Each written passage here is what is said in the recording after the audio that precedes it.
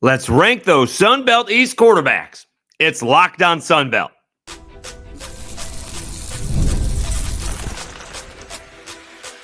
You are Locked On Sun Belt, your daily podcast on the Sun Belt Conference, part of the Locked On Podcast Network, your team every day. All right, Dave Schultz, Locked On Sun Belt, your team every day, or teams as we like to say, every day. This episode brought to you by FanDuel. From the first whistle to the final drive, FanDuel makes NFL playoffs even more exciting. And right now, new customers can bet $5 and get $300 in bonus bets if you win your first bet. Visit FanDuel.com to get started. All right, I'm sure this won't be controversial. And yes, I have specifically doing the East quarterbacks first because I get so much flack that I am Sun Belt West biased. Deservedly so, but I'm going to do the East quarterbacks first. And they are very preliminary, all right? Obviously very preliminary. They very well could change. You know, I don't think before the spring too much, but certainly coming out of the spring, who knows who's going to be hurt. Are we going to get starters coming out? We obviously have some competition at a couple of the schools coming out or heading into spring ball. Okay. Again, these are very preliminary. All right. But I think I personally don't think the number one is all that controversial. I will say that. All right. The bottoms could be controversial, but I don't think the number one is all that controversial and could very well be obvious as far as I'm concerned. All right. So we will kind of break these up. We do have 3 segments. So we will do this as much as we can. And we do it by a quarterback room-ish. All right. So we will see. And obviously, the guys who transfer in don't have nearly as much as experience or haven't seen them nearly as much as the guys who are returning. So again, give me a little bit of leeway, but certainly want to hear your comments. And I'm sure we will all agree with my assessment. I'm sure that's what's going to happen. All right. So number 7, okay, we're going to do the Marshall quarterbacking room. And this is where my worlds collide. Cover the Sun Belt. I'm a Syracuse fan. Carlos Del Rio did not play much, if at all, this season. Did play a little bit last year. So he is in the quarterback room. Athletic, has a big arm. He does have a big arm. And Jacksonville State's Zion Turner is also going to be in that quarterback room. And obviously it is it's going to be almost a whole new 2 deep for Marshall. So, we have no idea what Marshall is going to be like this season. It is going to be, talk about doing the basics in spring ball. New coach, new players, new program. Everybody's going to have to get used to each other. And so I don't think expectations are going to be high, but let's admit it. Expectations weren't high for Marshall this past season, as I think they were picked 5th and they won the conference. So we'll see what happens. But I have Marshall number 7, quarterback room, Zion Turner and Carlos Del Rio. Okay. Let me see if I got this right. I gotta make sure we're going this right. Okay.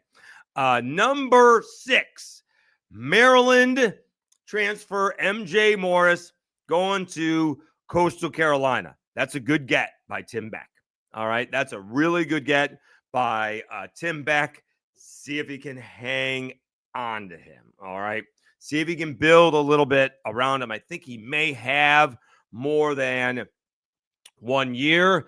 And that was the problem with what Tim Beck has had. He's basically on his 3rd quarterback, if not, well, we'll say 3rd quarterback in 3 seasons, at least 3rd starting quarterback in 3 seasons. Right. And so we always say that you get that coach and quarterback combination. If you can get it for 2 years together, you have a good chance at competing in the Sun Belt. And I think that's a big get for Tim Beck. And if MJ can pick up what Tim Beck wants to do, watch out for Coastal. All right. That'll be something to look out for. But we'll see what MJ Morris and Tim Beck can do. All right. Let's do, well, the last one in this segment, we're going to do, and this is also a pretty good get, right? Because App State, also a new coach. All right. At number 5, J.J. Cole and A.J. Swan. A couple of big-time quarterbacks. All right. J.J. Cole is enormous. Was a 4-star at Iowa State. Hasn't played much. And A.J. Swan was a backup at LSU. Maybe like a 3-star guy. So these guys are pretty good recruits. And we'll see who gets the starting nod. Yeah, I would think heading into spring ball, I would think it'd be wide open. I have no idea who is going to be the starting quarterback in this situation. Again, what the guy was coming out of high school, we don't know what he's going to be like, 3 years later. So we'll see. I think it's a good situation for App State to be in, but I don't know if I would crown, necessarily J.J. Cole ahead of A.J. Swan as of right now. And again, I always like asking the coaches, probably should have written down when the other coaches do. But I think like Ricky Rahne was like someone like that. It was like, I like to get that out of the way as quickly as possible. Because that's one less thing for me and the team to worry about. It's not about dealing with the media or guys like me. I can focus on something else, maybe even the backup quarterback.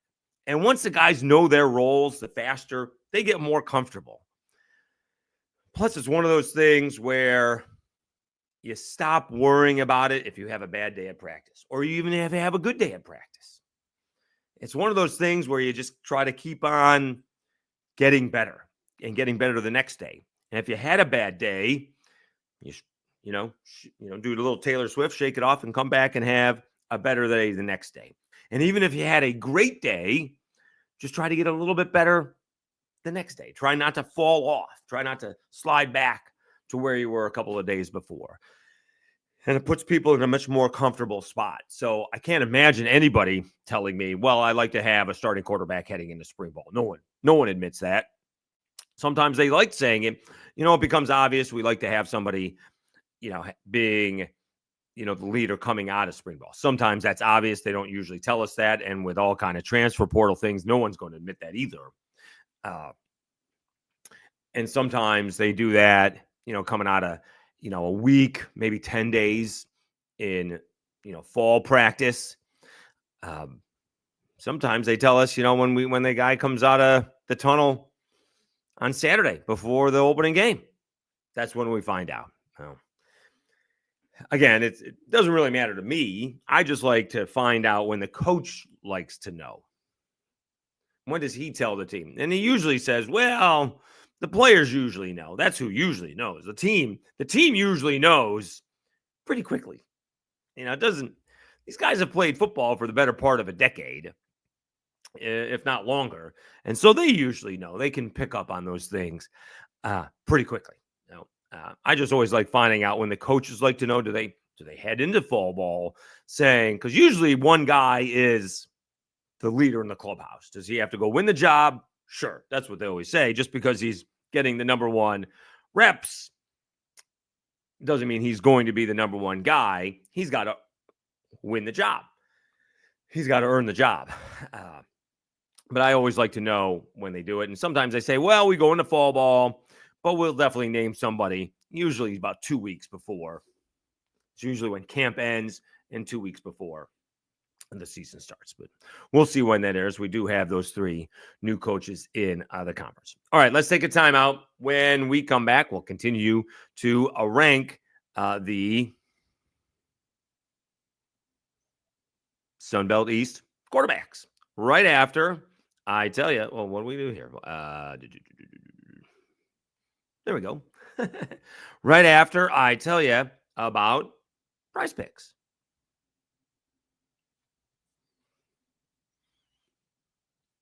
This message is brought to you by Prizepicks. the place to get real money sports action.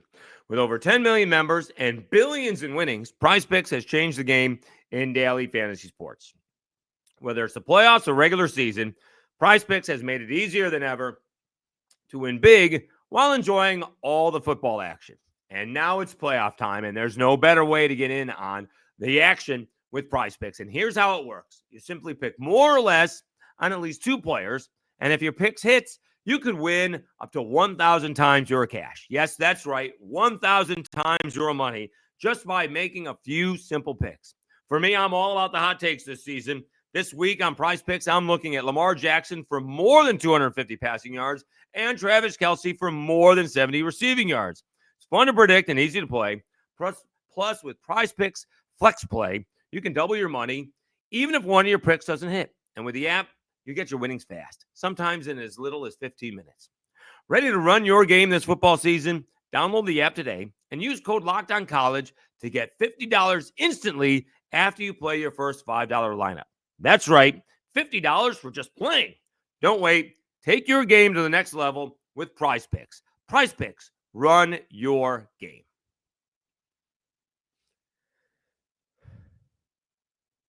All right, Dave Schultz, Lockdown Sunbelt, your teams every day. A little bonus episode on a Saturday, as actually we're getting ready for NFL playoffs. Saturday, Sunday, and of course we have the College Football Championship, Notre Dame and Ohio State on Monday. Okay, let's do a couple of more. I guess we'll do 2 more. 2 more in this segment, and then we'll do 2 more in the last segment. So the 4th best quarterback in the Sun Belt East is going to be Georgia Southern quarterback J.C. French. A lot of potential with J.C. French. Has to stop throwing it to the other team. Let's see if we can add this up. All right, Georgia Southern. Probably should have done this beforehand. Georgia Southern football stats, because it's a lot, right? If we go cumulative stats for Georgia Southern, see how long that takes. Team, let's see here. We get some pop-ups in there.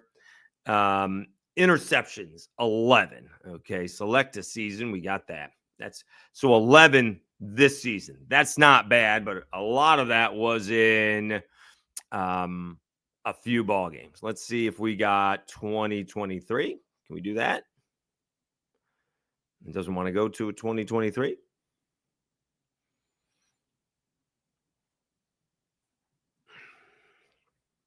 All right, let's see how many we got there. 20. So now that's 31 interceptions in 2 seasons. And now let's go back to 2022. All right. So now that's 31 interceptions in 2 seasons. And now let's do 2022. And so that's just the issue with Georgia Southern's offense. It's not only bad throws, because you're going to get interceptions. You're going to, somewhere along the way, you're just not going to see the safety. You're not going to see the linebacker. You're going to key on, the receiver, and a defender is going to make, a play, or you're going to get a tipped pass. 16. That's 45. They've had 45 interceptions in 3 seasons. 45 interceptions in 3 seasons. Let me see Levi Lewis's stats. Levi Lewis college stats. I'm not sure he had 15 interceptions in his whole deal. Let me see. Levi Lewis started, he played a few years. All right, played a little bit, actually, almost ruined his red shirt before they had those red shirt years in 2017. Did get hurt. Played in a bunch of games in 18, but only won every 4 series. But then he started in 19, 20, and 21. All right. Levi Lewis in 3 seasons had 15 interceptions, 7 in 2020. They had 15 interceptions in 3 seasons. In the last 3 seasons, what did I say? Georgia Southern had, 47 interceptions. You can't do that. I mean, maybe he needs to, sorry. You need to, they just need to stop that, right? That's just too many. And that doesn't include the fumbles. That's just way too many turnovers. Maybe JC needs to be a little bit lower. Maybe that is too high. Maybe put some of those transfers a little higher. That's rough. That's not all on him. Let me make that clear. He's through 11. I'll rephrase that. Georgia Southern through 11. I don't know how many he threw. I could check that real quick. But Georgia Southern over the last 3 years has thrown 47 interceptions. That is mind-boggling the way football is these days. And you got to stop that. They have to stop that. They had the least amount. They had 16, 20, and 11. So they improved on that dramatically. But he had some bad ball games. You got to stop throwing it to the other team. So JC French and Georgia Southern is a fourth. All right. Third in ranking Sunbelt East quarterbacks is Georgia State's Zach Gibson. I think this kid's the guy. I think he's going to be the guy. I think this is where Georgia State. I still don't think Georgia State is going to take that big step. I think it's going to be in 2 years. I think that number one recruiting class is going to take a year or two to mature. I think it's going to be along the lines of what Butch Jones is doing. All right. Again, when you get that big time recruiting class, they're still all high school kids. And we saw what it took for Butch Jones to do. And so it took them until year 3 to get to a bowl game, and then year 4 to win a bowl game. And so we got to give Del McGee a break. He didn't get the gig until they started spring practice, right? They had 2 spring practices, and Sean Elliott took off, went back to South Carolina to be the tight ends coach. And so, we certainly give Del McGee a pass for, this past season, and they're making changes. A couple of different coordinators coming in. But I still don't think I'd be surprised if they got to 6 wins this year, but I think Zach Gibson is the guy. We'll see. All right. Maybe 5 or 6 wins. I'm rephrasing that. I'm not sure they're going to contend for the Sun Belt East this season. Maybe 5 or 6 wins. They could be what ULM was last year in the West. Georgia State could be that way this season. All right. And contend for the Sun Belt East in 2026 and 27. That's what I'll say. All right. I don't think that big leap is going to come for a couple of seasons. That's what I'll say. They should be better next season, but I think that big leap is going to come in a couple of seasons. Okay. Let's take a timeout. We got 2 more quarterbacks to go. You guys can obviously narrow down the teams. We can quickly go over what we've done. All right. Number 7, Marshall, Zion Turner, Carlos Del Rio. All right. Coastal Carolina, MJ Morris from Maryland. We had JJ Cole and AJ Swan at App State. And then we did JC French from Georgia Southern. And then we've done Zach Gibson at Georgia State. All right. 2 more to go. We will do that after I tell you about FanDuel.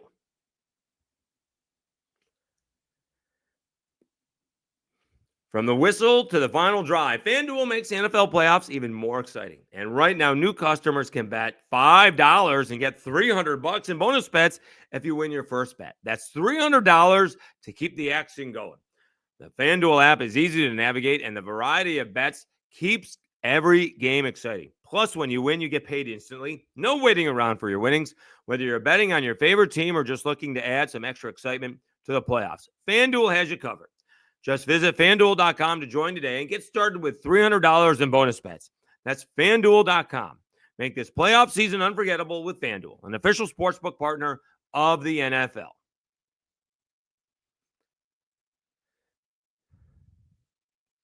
All right, Dave Schultz, Lockdown Sunbelt, your teams every day. Let's wrap up our Sunbelt East ranking quarterbacks.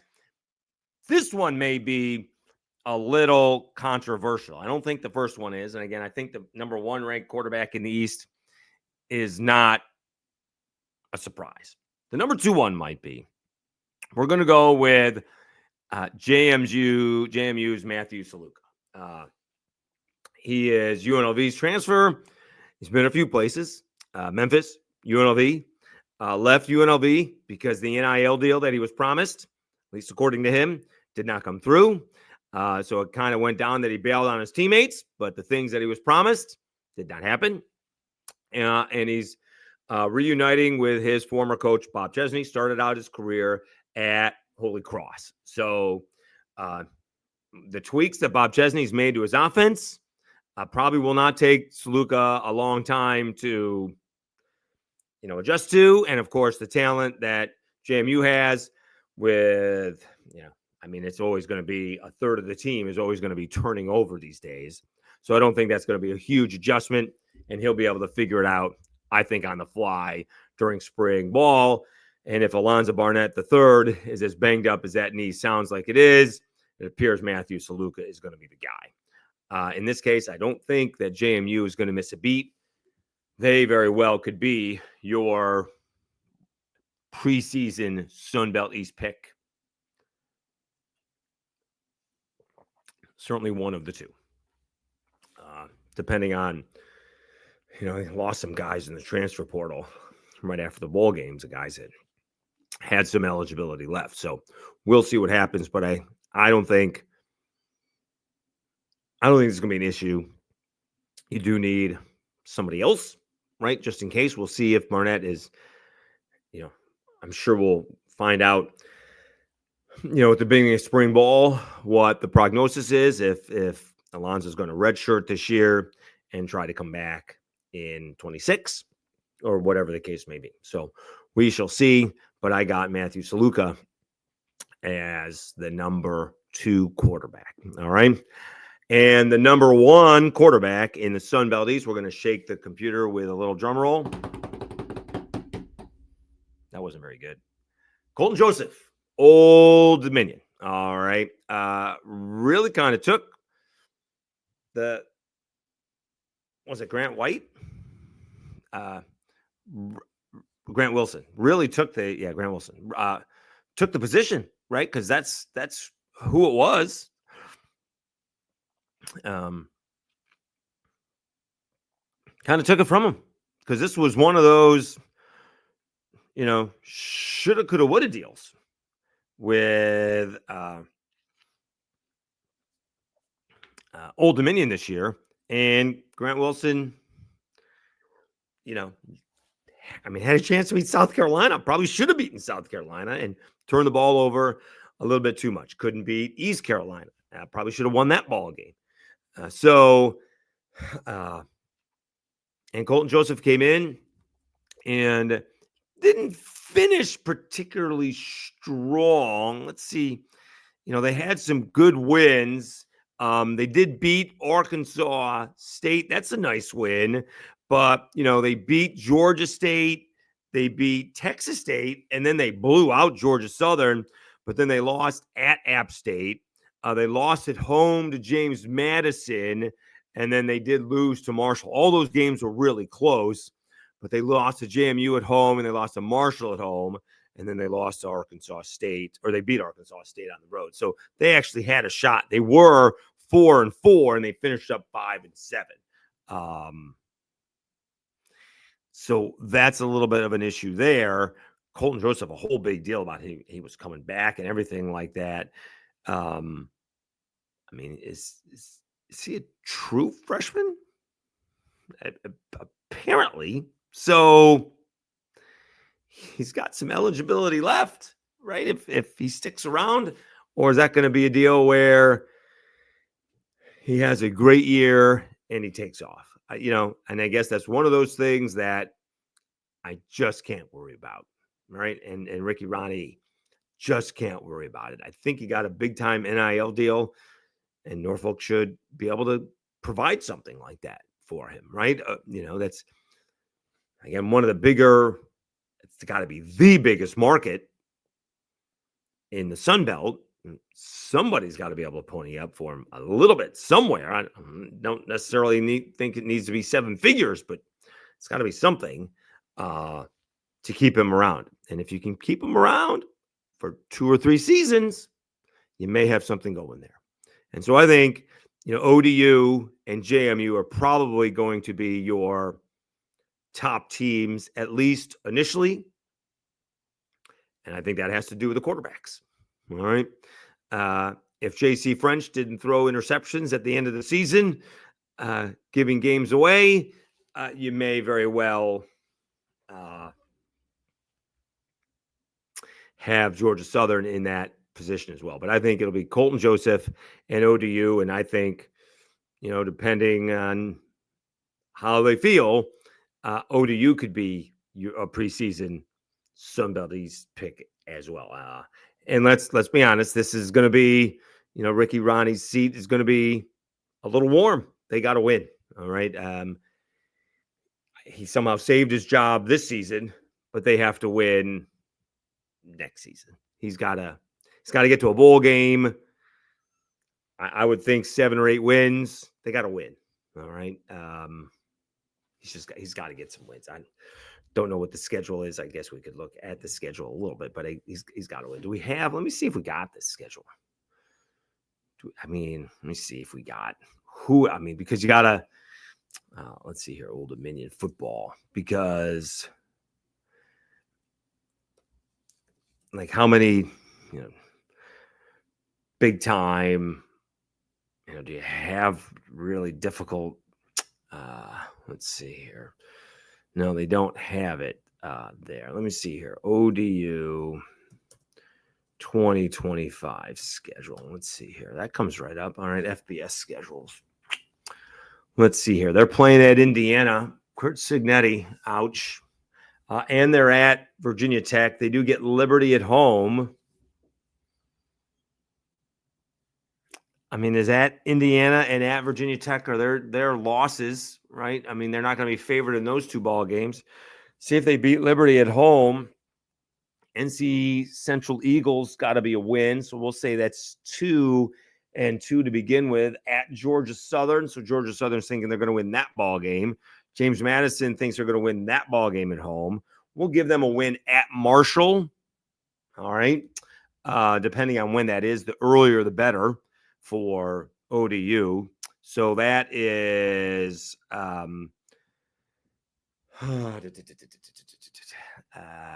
what did I say? 2-2. So now that is 3-4. App State at home, 4-4.